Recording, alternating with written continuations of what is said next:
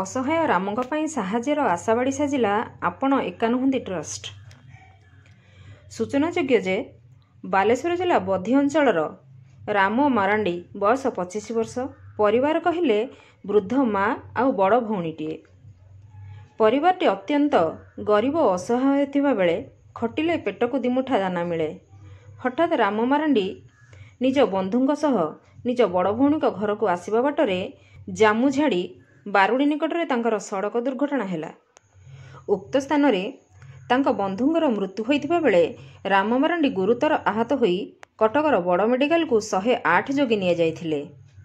ପରେ ସେ ଚିକିତ୍ସା ହେବା ପରେ ତାଙ୍କର ଗୋଡ଼ ହାଡ଼ ଭାଙ୍ଗି ଯାଇଥିବା ବେଳେ ଯୋଡ଼ିବା ପାଇଁ ଷ୍ଟିଲ୍ ରଡ଼୍ ସବୁ ଅପରେସନ୍ କରି ଲଗାଯାଇଥିଲା। ଡାକ୍ତର ମଧ୍ୟ 1.5 ମାସ ପରେ ସାନି ରଡ଼୍ କାଢ଼ି ଅପରେସନ୍ କରିବା ପାଇଁ ପରାମର୍ଶ ଦେଇଥିଲେ।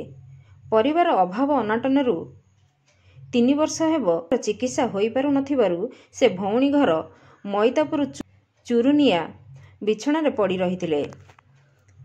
ଏପଟେ ଅପରେସନ୍ ଓ ଚିକିତ୍ସା ପାଇଁ ଅର୍ଥ ପ୍ରତିବନ୍ଧକ ସାଜିବା ସହ ଖଟିଖିଆ ଭଉଣୀ ବା କ'ଣ କରିପାରିବ। ସିମୁଳିଆ ବ୍ଲକ ଅନ୍ତର୍ଗତ ମଇତାପୁର ପଞ୍ଚାୟତର ଜଣେ ପ୍ରତିଷ୍ଠିତ ସମାଜସେବୀ ଫାର୍ମାସିଷ୍ଟ ଅଜୟ ଜେନା ଘରେ ପହଞ୍ଚି ଚିକିତ୍ସା କରିବା ପାଇଁ ସ୍ଥାନୀୟ ବାସିନ୍ଦାଙ୍କର ସହଯୋଗ ଲୋଡ଼ିଥିଲେ ଏବଂ ରାମଙ୍କର ଅବସ୍ଥା ସଙ୍କଟାପନ୍ନ ଥିବାରୁ ଉପଲବ୍ଧି କରି ଶ୍ରୀ ଜେନା ମଇତାପୁର ଅଞ୍ଚଳର ସମାଜସେବୀ ତଥା ଆପଣ ଏକା ନୁହନ୍ତି ପରିବାରର ସଦସ୍ୟ ମାୟାନିଧି ଦାସଙ୍କ ସହ ଯୋଗାଯୋଗ କରିଥିଲେ। ପରେ ପରେ ଆପଣ ଏକା ନୁହନ୍ତି ଟ୍ରଷ୍ଟର ଶୃଙ୍ଖଳିତ ସଦସ୍ୟ ଶ୍ରୀ ଦାସ ଏପରି ଏକ ହୃଦୟ ବିଦାରକ ଘଟଣା ଖବର ପାଇବା କ୍ଷଣି ତୁରନ୍ତ ସଂଗଠନର ସଭାପତି ଅଜୟ କୁମାର ମହାନ୍ତି ଏବଂ ସମ୍ପାଦକ ସୁଶାନ୍ତ କୁମାର ବେହେରାଙ୍କୁ ଜଣାଇଥିଲେ।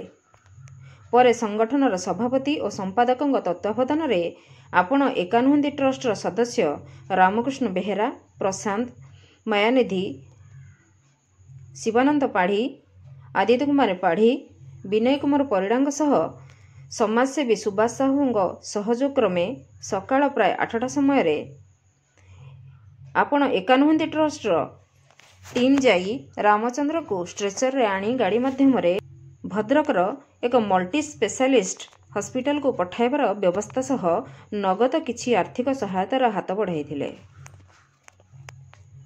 ବାଲେଶ୍ୱର ଜିଲ୍ଲାରୁ ଲୋଚନ ରାଉତଙ୍କ ରିପୋର୍ଟ, ନାଗରାଜ ନ୍ୟୁଜ୍।